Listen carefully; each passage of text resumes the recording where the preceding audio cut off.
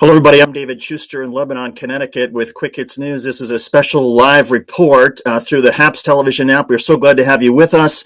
Based on all the latest margins, data, everything we've been looking at Quick Hits News, we are comfortable in projecting that Joe Biden has won the U.S. presidential election. He will have at least 270 electoral votes, as many as 306. He will be inaugurated on January the 20th as the 46th president of the United States. Now, a lot of you are probably saying, well, wait a second, how come the other networks haven't called it? And they have their ways of looking at the data. We have ours. What I'd like to do is go through some of the data over the next couple of minutes, answer your questions. We'll take your questions through Periscope, Twitter, the HAPS app, Facebook, all the rest. They'll show up on my feed here. We'll be able to react to that and go through sort of the secret that exists, the sort of the not so secret that exists in every major newsroom tonight. And that is the major news organizations are simply waiting for an official final count from either Arizona, official final count from Nevada, which may come as early as tomorrow, and then they will declare Joe Biden formally the president-elect. But I want to explain why we're doing it at Quick Hits News and the data that we're looking at. And first, so you're looking at a map right now. This is the Electoral College as it stands right now. The reason that Arizona has already been put in blue by the Associated Press, Fox News, and a couple other organizations is because there are still, Joe Biden has a lead of about 46,000 votes. That's less than the 56,000 from earlier today. When you look at, though, the number of outstanding votes that are still to be counted, according to Arizona officials, Donald Trump would have to win 60% of all the ballots that are remaining in order to cut into Joe Biden's lead and erase the 46,000 vote deficit. It was very clear on election night that Arizona was going to be going towards Joe Biden. It was clear in the Senate race, for example, that Mark Kelly was defeating Republican incumbent Martha McSally. And based on all the precinct level data, and you look at when you're trying to make these projections, you look at, well, how many people turned out to vote on election day? How many people voted early through mail-in ballots or drop-off ballots? And over the last couple of days, you've seen a furious pushback by the Trump campaign against Fox News, the Associated Press, the network, saying, no, don't call Arizona in favor of Joe Biden. But the reason that those organizations and ours are comfortable in saying Joe Biden has won Arizona again is because of the number of outstanding ballots that remain, the margins that Joe Biden has been winning the state in terms of the mail-in ballots, which are the majority of those that are left to be counted. Most of them are not votes that were actually cast on Tuesday, but they are the mail-in ballots, which Joe Biden, if he wasn't winning, he was losing 55-45, 52-48. But again, in order for Donald Trump to erase the 46,000 vote deficit that he has now, President Trump would have to win 60%. So Arizona's off the map as far as we're concerned. That takes Joe Biden to 264. So all he needs is 270 to win the Electoral College. And the next up is Nevada, 6 Electoral College votes. Now, Nevada's interesting. They released some more results tonight. They have Joe Biden up by 11,400 votes over Donald Trump, which may not seem like very much. Except here's the problem. The ballots that are left, there are 63,000 mail-in ballots that are to be counted perhaps tomorrow. There's another 60,000 provisional ballots. With the mail-in ballots, all the mail-in ballots that have been brought into Nevada so far, Joe Biden is winning those by about 60-40. The provisional ballots are breaking about even. So if you look at the 120,000 ballots that are left to be counted in Nevada, and again, they're going to have another update in Nevada tomorrow, you see Joe Biden's lead getting larger. In other words, of the last day or so, it's gone from an 8,000 vote lead to 11,000.6, which it is now. And the expectation by officials in Nevada is that it will grow even more. But don't take my word for it. Don't take the word of Nevada officials from either party. John Ralston, who's the editor of the biggest newspaper in Nevada, perhaps knows more about politics than anybody in the political press in terms of Nevada.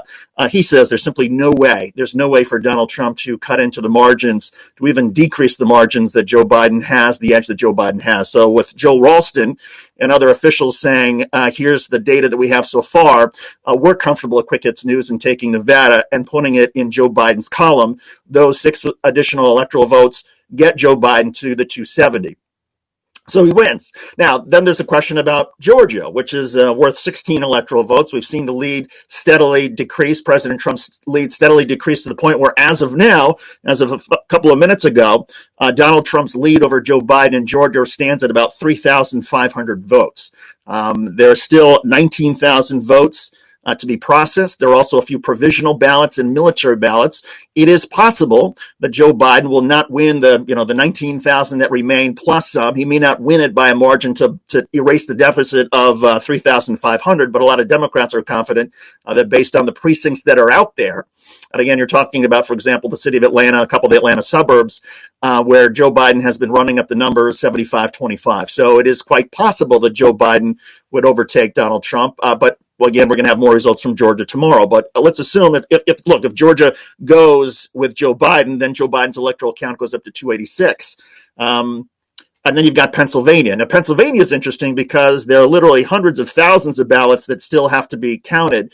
At the current, right now in Pennsylvania, Donald Trump has a lead of 57,000, but there's every expectation, according to, both Democratic strategists and even some Republicans who don't want to speak on the record, but who will talk to you off camera, who will say, look, based on the Democratic districts, and those are mostly Democratic districts and some mail-in ballots that are coming in Pennsylvania, the expectation is that Joe Biden's going to end up winning Pennsylvania by 100 to 150,000 votes. And again, there are literally upwards of 800,000 to a million votes still to come in Pennsylvania. So if Joe Biden wins Pennsylvania, that's another 20 electoral votes, and he suddenly gets to 306.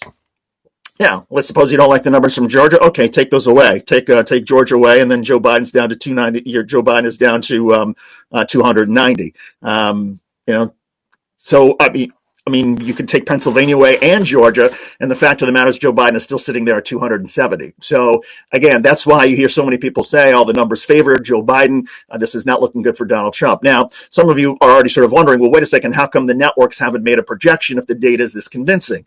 And there are a whole host of reasons for it. News organizations are trying to give every benefit of the doubt to the actual vote counters, to actually not jump ahead of them, even though, for example, in Wisconsin and Michigan, even though there's no official count, based on the results that they have published so far and the number of precincts that are in, all the networks are comfortable in calling Wisconsin and Michigan for Joe Biden.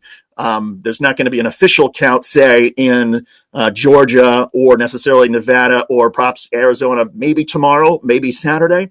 And I think at this point, just out of abundance of caution, and because there have been such great arguments, not great arguments, but such loud arguments coming from the Trump campaign, wait a second, hold off on Arizona, let's just see what happens in Nevada.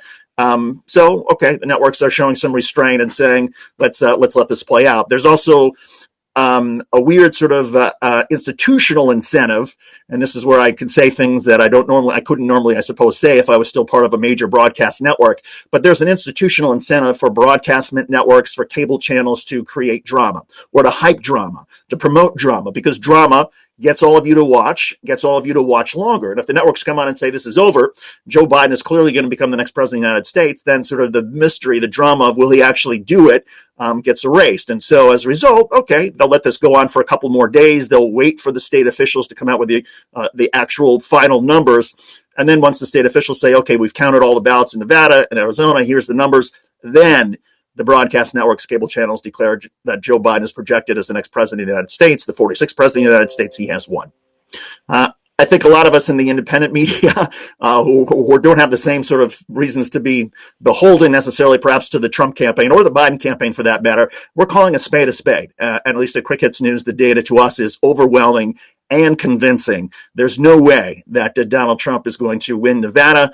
There's simply no way that he's going to erase the margins that he is behind in Arizona. Those two states alone puts Joe Biden at 270. And then regardless of what happens in Pennsylvania, which I would argue is perhaps the clearest Biden victory that may come because of the margins that we're expecting, although it's going to take them longer to count all the ballots in Pennsylvania.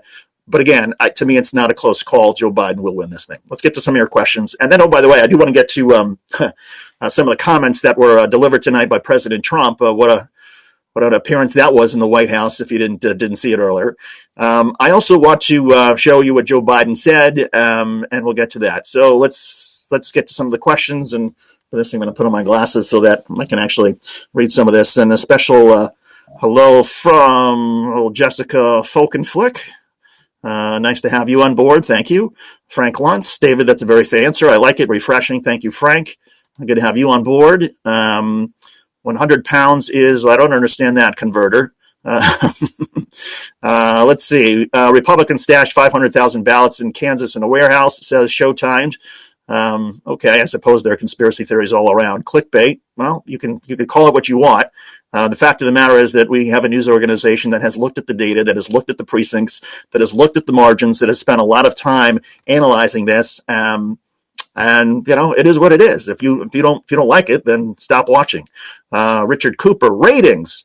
And I think that's a reference to the comment I made a minute ago about how the longer the networks can drag this out. Look, that's probably the wrong way to say it. I think the networks know they are getting gonzo ratings by what's going on now. It was the same thing with the Florida recount. When I was at Fox News and this went on and on and on back in 2000, I mean, night after night, people were tuning in to find out what happened. Now, in my view, I don't think the broadcast media and the cable channel should necessarily be, playing with people's emotions or dragging things out any longer than necessary. There is a built-in incentive at this point because people are so interested in the story to let it play out in little tiny bits and pieces, as opposed to saying, look, that's a chocolate cake. You say, look, there's a little smidgen of chocolate right there. There's a little speckle of vanilla right there. And you let it all add up. I was taught a long time ago that a terrific reporter, if you've got an investigative piece and you want to go 5 minutes in one story, don't go 5 minutes in one night. Go 3 nights and go 2 minutes each and drag it out. And let it air out and let people sort of process the first chapter and then the second chapter and the third chapter. Don't try to get them to process it all at once, even though if maybe the storyline deserves to be told all at once. There's a little bit of that in play, maybe a lot of that in play in terms of how the broadcast networks and cable channels are handling this. It is what it is. But the fact of the matter is, I think if you talk to people who really know this, and if you get some of the broadcasters away from their newsrooms and maybe get them off the record, they will tell you they know they know that Joe Biden is the next president of the United States. They know that he has won this race. It's obviously won the popular vote, 71 million votes. It's more than any president in U.S. history. It is very clear he has won the Electoral College. The only question is by how much. Is it a 270 to 268, which would be the case if Arizona and Nevada go to Biden and Georgia and Pennsylvania don't? Is it 306 if Biden gets Pennsylvania as we expect? If he's able to make up that 3,000 vote margin in Georgia, and based on what we have seen over the last several days from Nevada and Arizona, it's quite possible that Joe Biden gets to 306 electoral votes, and then it's not a close Electoral College victory. Let's get back to some more of your questions. Chris Trent, quickhitsnews.com. That's right. That is the name of our website. Go to quickhitsnews.com if you want to see some of this. Let's see. Let's see. Is there anything Trump can do to steal? This is from David Ibarra. Anything Trump can do to steal the election back? No, there's not. The only thing he could possibly do, which I think is part of what's going on right now in terms of his comments, and I'm going to play for you his comments in just a sec. I think what Donald Trump is doing is perhaps laying the groundwork for a run in 2024, trying to make it clear that in terms of his supporters, as long as Donald Trump is alive, they will believe that somehow Donald Trump got robbed, that it was unfair. And what Donald Trump tends to do, and he did it again tonight, is he will take a couple kernels of truth and then wrap them with stuff that is just complete nonsense. And I'll give you an example.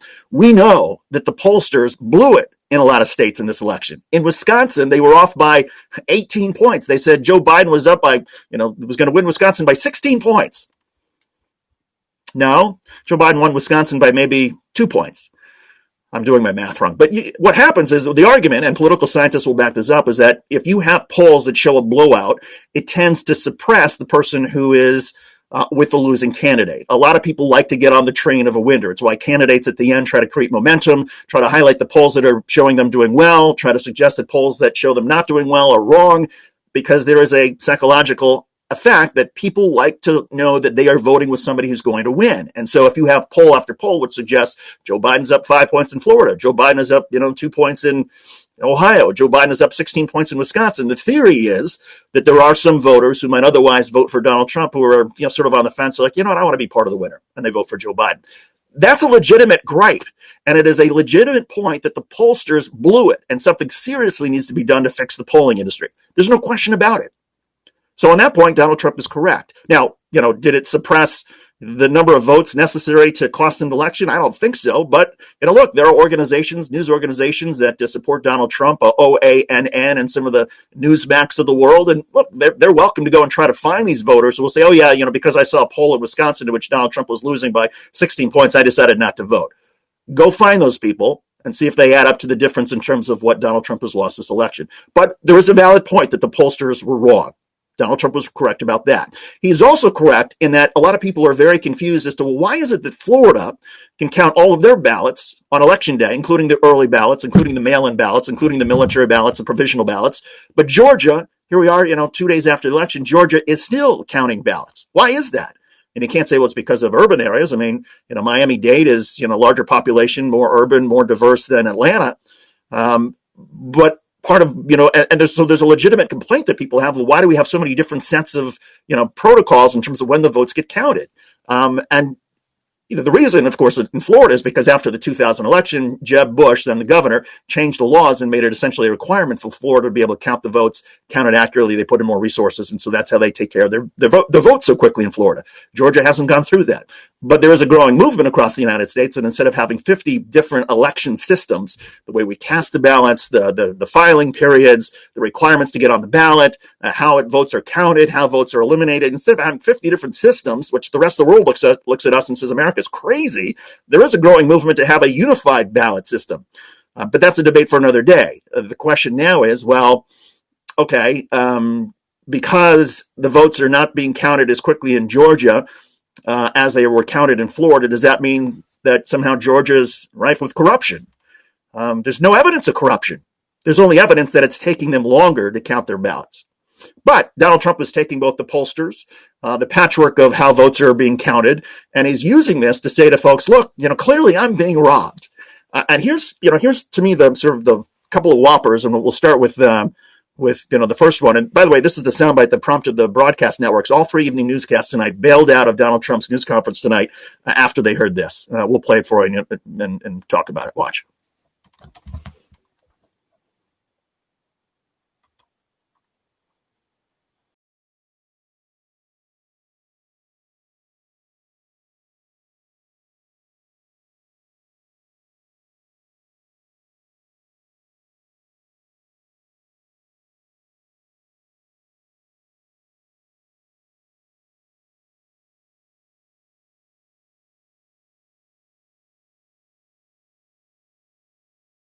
So President Trump there is trying to make a distinction between. Hold on, let me turn this off. Let's hear it again. I didn't get fast enough. Let's listen to it again. Count the legal votes.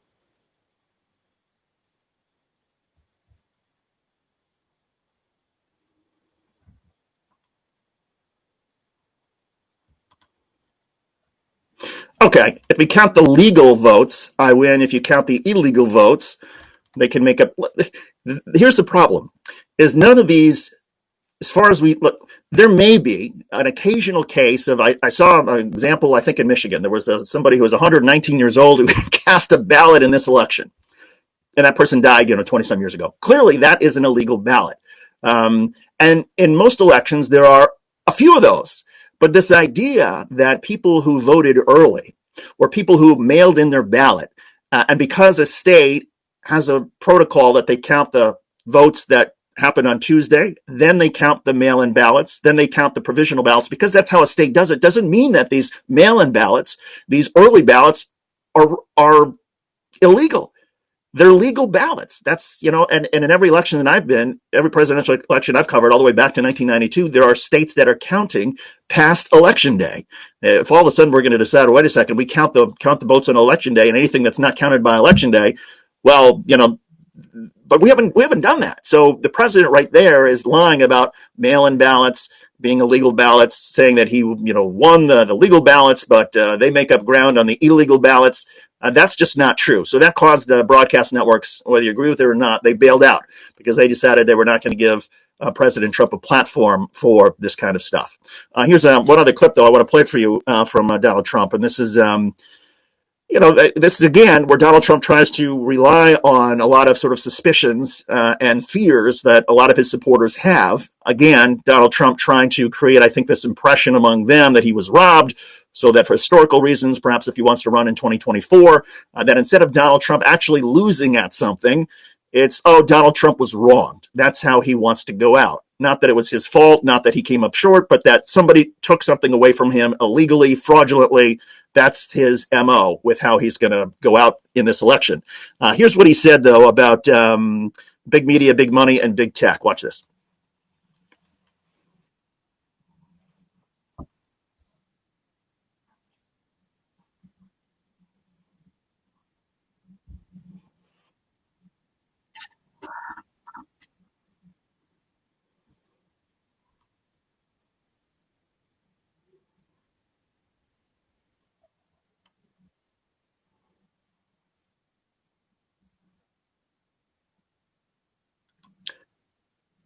Okay, so look, again, a couple of kernels of truth in that. Yes, the pollsters got it wrong. Was it knowingly wrong? I mean, that's up to debate. I think if I'm running a poll in Wisconsin and I see that, oh, my pollster suggests that, from the Washington Post or ABC, whoever it was that sponsored the poll in Wisconsin, and suddenly they come back with, oh, yeah, Joe Biden's going to win Wisconsin by 16. I'm thinking, no, there's something wrong with this poll, or 17, whatever it was. There's something wrong with this poll. And if we publish that, knowing that there's something wrong with it, okay, it's knowingly wrong. I'm not sure most of the polls were knowingly wrong. I think they were just wrong, and they had bad models. They did the best that they could. They tried to account for what happened in 2016. Okay, but they blew it. Is that knowingly wrong? I don't think so. But what Donald Trump does is he ties a sort of element of truth to all this. When you talk about big tech, yes, Facebook, Twitter, some of the rest, they have been not allowing Donald Trump and some of his supporters to state things that are obviously not true over the past couple of months. The Republicans say, oh, this is censorship. This is our freedom of speech that's being taken away. But there's an example of Donald Trump saying, look, it's big tech, it's media, big media that are against us. And then there's big donors. That's playing to the fact that, yes, Donald Trump was outspent. The Democrats out fundraised. Joe Biden out fundraised Donald Trump 2-1. Donald Trump was outspent 2-1. Now, Donald Trump claims that if he had collected money from Wall Street, he could have matched Joe Biden dollar for dollar, but he didn't want to because of conflicts of interest. Yes, Donald Trump is concerned about conflicts of interest, or so he claimed in a debate. But putting that aside, everybody knows in the political world, and I think a lot of people are paying close attention to politics, that Donald Trump was outspent, that Democrats got more money than he did. And what he's now saying is, well, all these big donors and the big media, there was all just this one giant conspiracy to rob Donald Trump of a victory that should have been his. Now, here's one other point, and a couple of my media colleagues have made this point tonight. Donald Trump also pointed out in this news conference tonight that Republicans did not lose. Republicans who stayed around. There were some Republicans who retired in the House, but Republicans who stuck around, who tried to run for re-election in the House, not a single Republican House member has lost their race. Not one. Republicans are on track to pick up perhaps 10 to 12 House seats. Democrats will still have the majority. The Republicans are, they did great in the House. In the Senate, a couple of Republicans won despite incredible amounts of money that were thrown against them. Lindsey Graham, for example, more than $100 million was raised by his Democratic opponent, Jamie Harrison. Lindsey Graham, the Republican incumbent in South Carolina, he still won. Joni Ernst, more than $85, $90 million that was spent by her opponent against Joni Ernst. Joni Ernst still won. There's, Susan Collins, who perhaps had, who's won all of her races the last several cycles by 60-70%. She squeaked it out. But Susan Collins up in Maine, she won. And a lot of Democrats thought she was the most vulnerable of Republicans. So to Donald Trump's, when Donald Trump was making the point that, Republicans did well, House members did well, it sort of deflates the conspiracy that he has, because you would think, well, if Democrats and big donors and big tech had this big conspiracy to rig the election, well, why would they rig it just against Donald Trump, but not against these Senate Republicans and not against any of these House Republicans? It just doesn't make sense. And that's because Donald Trump's, assertions are just not true. It's not true. But politically, maybe there's some advantage to Donald Trump, again, in terms of his own ego and in terms of his supporters. It's easier for them to think, just like, look, if you're watching a football game, and I'll use an example. I went to the University of Michigan several years ago. Michigan lost a game to Ohio State, where I was absolutely convinced that the referee made the wrong call in overtime and marked Ohio State for a first down when they should have said, no, fourth down, you didn't make it, and that's the game. And I will, to my grave, be convinced that Michigan lost that game only because of that referee.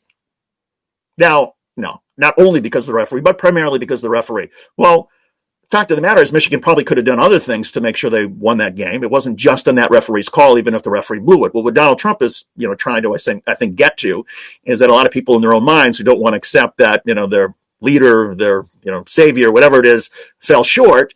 Well, let's give him a good excuse as to why Donald Trump didn't win, so that when all this is said and done, Donald Trump can make the argument, I was robbed, you were robbed, the system is corrupt, the system you sent me to Washington to break apart and destroy all these institutions. Well, it caught up with us and we couldn't do it all, and therefore that's why I have been defeated, and that's why, despite all your efforts and support of me, that's why we lost.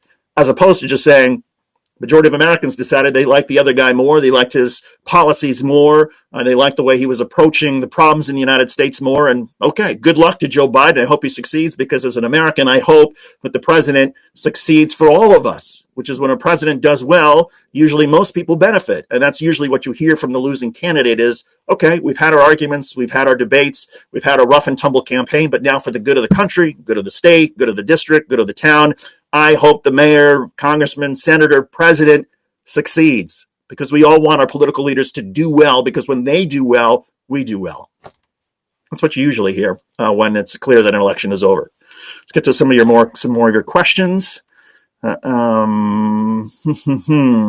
thanks for the award. You are, by the way, Richa Sanwal, who we had on the other day from Mumbai, India. She's our correspondent from Mumbai, who covers for Quick Hits News and had some terrific reporting. I'm sort of losing track of time, but yesterday was sort of the international reaction to what is going on in the United States. And a lot of people in India, Richa was pointing out, that are sort of perplexed and puzzled as to how come the United States election can be this messy and sort of be drawn out and dragged out in different voting systems and on and on and on. But if you want to see Richa Sanwal on a regular basis, go to Quick Hits News, go to our website, quickhitsnews.com, and you'll see journalists like Richa Sanwal. Antonio Moore used to be with ABC News. Michael Schur, who was a former CNN correspondent, who was also with Current TV and with the Young Turks. He covers politics. Goes on and on. Randall Pinkston was a former CBS News White House correspondent. We have a terrific collection of journalists. Ariel Hickson, who was with I-24 News. Tal Heinrich, who has covered for several different Middle East organizations. We have an incredible group of journalists working for Quick Hits News. And each day, never mind the live stuff that we sometimes do at night like this, each day we have a 15, 18-minute broadcast that we publish around 5 o'clock, and it gets to the top issues in the United States, the top stories across the United States and around the world. We do it in 15 to 18 minutes. We don't waste your time. We rapid fire. We react to each other's reporting. You'll get the top 8 to 10 stories, and that's it. There'll be a little bit of opinions, but it's balanced. If you hear opinion from the right, you'll be hearing a reaction from the left and back and forth. But it's primarily just reporters reporting what they know. Let's get to a couple more of your questions. Wow, we're going for a long time here. Sorry about that. Let's see. Jolly Roger, I would love this to be true, but putting this out there is misleading unless it is. I'm not quite sure what you're talking about. Tim Xavier, do you think Biden has a chance to win Georgia? Good question, Tim. And I do think that Biden has a chance to win Georgia. 18,936 votes left to be counted, along with some provisional ballots and some military ballots. Let's just say, for argument's sake, 23,000 ballots left. Donald Trump has a 3,500 vote lead. So if I do the math correctly, there are 22,000 ballots left to make up the 35. Joe Biden would need to win them by at least, let's say, 16. I don't know how to do math. What am I even trying to do here? 14 to 10? 13 to 9? 13,900. If that's his ratio. Wow. Sorry to my math teacher back in Bloomington, Indiana, Bloomington High School South. Yeah, 13,000 to 9,000. If that's the margin with these final, 22,000 votes that are out there, yes, Joe Biden can catch up. I think if it's within 500 or 600 votes, then you might see a recount. That's just my suspicion. Let's get some more of your questions. Mitch McConnell and Lindsey Graham says Showtime will be investigated on their campaign. I don't think so. COVID is clearly lacking oxygen, says Aztef. Well, that's, sort of an interesting point. And we reported on a Quick Hits News today that the total death toll in the United States is now up to 234,000. 234,000. We've had 107,000 infections over the past 24 hours. That is up from 51%. It's also a record, by the way. Some of us are still covering COVID-19, but obviously a lot of news organizations want to focus only on the election. But to your point, you would think that with 234,000 people dead from the COVID-19, I think a lot of people are surprised that based on Donald Trump's handling of the pandemic, that he got 5 million more votes than he got 4 years ago. Now, the argument on the flip side is, well, there are a lot of people out there who feel, and the polling was very clear before, a lot of people felt that Donald Trump was not to blame for the 230-some thousand deaths. Republicans felt this way, that they felt that the president did the best that he could, and that there would have been this huge loss of life no matter who was president. And they buy into the idea that if Donald Trump hadn't taken the actions he did, it might be 1 million people dead. If you poll Democrats, they will say, no, by 93-7, Donald Trump should have done more on COVID-19. But it gets to the deep division that we have, whether it's COVID-19, whether it's race relations, whether it's foreign policy, whether it's handling of the economy. We are more divided in this country than ever. And I think that's perhaps one of the disappointing things that so many people see out of this election, is that there's, it seems like the red states, it's clear by the data, the red states are getting redder, the blue states are getting bluer, and that goes all the way down to precinct levels, to county levels. More and more people are living with Democrats in their neighborhood, going to Democratic neighborhoods if you're a Democrat, going to Republican neighborhoods if you're a Republican.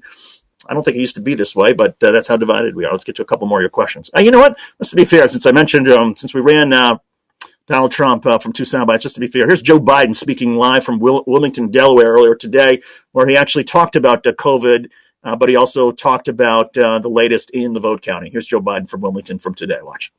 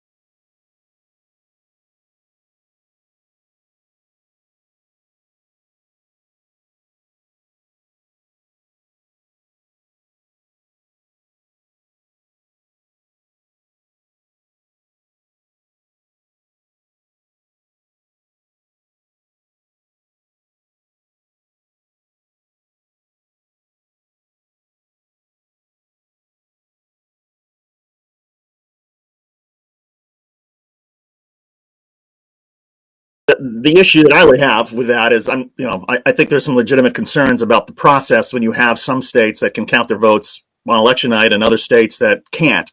So in my view, but that gets back to a sort of broken sort of election day system that I've long felt, for example, we should have a national holiday for election day. We should be doing more to help election workers. We should have some uniform systems. But I think in terms of the process, given the parameters that we have to deal with and the protocols and the patchwork, in each individual state, Arizona, Nevada, Pennsylvania, Georgia, yes, they are following the right protocols. There are Democrats and Republicans in each room when they're looking at the ballots. They're following their protocols, and I think that's what he means by following the process. Somebody writes, Bulldog Girl, love from the Holiday Inn hotel room. I get this a lot because it does look like a hotel room back here. I have to confess, though, that this is not a hotel room. This is a rental farmhouse. I'm one of those families that have somebody in our family with pre-existing health conditions. So we got out of New York City back in March. We've been out on the farm here in Connecticut ever since. We were lucky enough to find a family that was willing to rent us this, little farmhouse for as long as we need it. And so we're lucky in a sense that we have this place. And rather than me try to change up the decorations or whatnot, I try to make do with what we have. But even the owner has said I should put a pineapple behind me, and that might help me move from an 8 out of 10 on Room Rater to a 10 out of 10. Anyway, a couple more things here, and then I'm going to go because we're up to 45 minutes in all this. Let's do a couple more questions here. Put up walls around the red states. That's how bad things are, says Aztef. You got to 270. Congratulations, says Frank Lenz. Mark Goldman, are we headed towards civil war, Mark Goldman? God, I hope not. There was a report, though, that we did by Randall Pinkston on Quick Hits News tonight about the growing unrest in dozens of cities. It's mostly Trump supporters angry about the way the vote count is going that have taken to the streets, although there was a demonstration in New York City in which police ended up arresting 30-some people after a woman tried to punch a police officer. It's not clear sort of what organization they were with, but look, they're incredible tensions that people have, and we're getting more divided. And I think that's where people see the danger with what Donald Trump did tonight. That rather than being gracious and saying, okay, Everybody knows I want to win. Everybody knows I hate losing. The process is playing out. Let's let every vote get counted, and then we'll figure this thing out. Instead, he goes right to, I'm being robbed. This is a fraud. This is a fraud upon our nation. These are, people who are stealing. These are ballots that are illegal.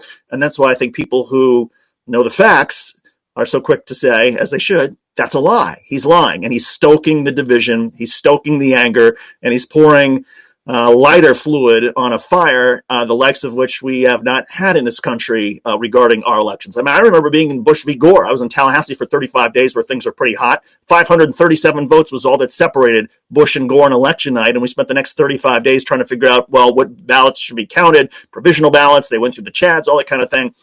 But it was never like this. You never had somebody from either campaign being so overt in their claims about the other side engaged in fraud, even though I would have strategists from both campaigns. The Bush campaign would say, Schuster, the Gore campaign is trying to steal this. And then the Gore campaign, the Bush campaign is trying to steal this. Of course, they're both trying to steal it in terms of counting certain ballots and others, but they wouldn't come out and just sort of say, flat out and say it. And it didn't have the same sort of dangerous feel that this seems to have right now. There are people with armed weapons who showed up in Arizona where some officials were trying to count ballots. Now, in Arizona, you're allowed to walk around with a loaded, AR-15 or whatever it was. But hats off to the people who are counting ballots who had to deal with that kind of intimidation. A couple more questions, and then I'm going to let everybody go. Or you can just go right now and say, to hell with this. Let's see. Is Lindsey Graham going to be charged with violating, soliciting donations? I don't think so. Let's go to more questions. Trump is fascist. I don't think he's a fascist. I just think, though, that because I think what that does is that diminishes what fascism really was. But I understand why people feel that way. Biden has not hit 270, says Miss Young. And yes, you're correct in terms of he has not officially hit 270 until actually the middle of December, when the electors will show up in Washington and formally cast their ballots for the president of the United States in the well of the U.S. House. We don't even have an official result, if that's what you want to say, in Michigan or Wisconsin, where the networks, the Associated Press, Reuters have already, Quick Hits News have already called those states for Joe Biden. But I think a lot of news organizations, a lot of us in the political media world, are very comfortable with making a call based on data, based on the precinct by precinct vote counts, the margins that are coming in, and all the analytics. And that's what we're all doing. Now, you may say, wait a second, Schuster, Quick Hits News should wait until Arizona has an official and formal final tally on Monday, or Nevada. Okay. And maybe the same should be said about Michigan. Maybe the same should be said about Indiana. Look, I mean, Donald Trump won Indiana by 15 points, but by that argument, Indiana's not going to certify their final results until next week. Should we wait? My point is we report what we know. And what we know, and what other people in the news business know, is that Joe Biden has won the U.S. presidential election. He will be the 46th president of the United States. He will have at least 270 electoral votes in the middle of December when the electors show up. He may have as many as 306. Again, let's go through the numbers one more time for people who missed it at the top. In Arizona, let's see. Arizona, Joe Biden is up by 46,000. With the remaining ballots that are to be counted, President Trump would have to win 6 out of 10. He has not won 6 out of 10 except in one county. So Fox News, the Associated Press, we are very comfortable here at Quick Hits and projecting Joe Biden has won Arizona. Nevada, we're projecting Arizona in part because there's a separation of 11,400 votes based on the 120,000 votes that remain. Half of them mail-in ballots, half of them provisional. If you follow the margins in terms of how the mail-in ballots have gone in Nevada, Joe Biden will increase his lead from 11,400. So it's not going to decrease. So Nevada, in our view, there's no question Nevada is going for Joe Biden.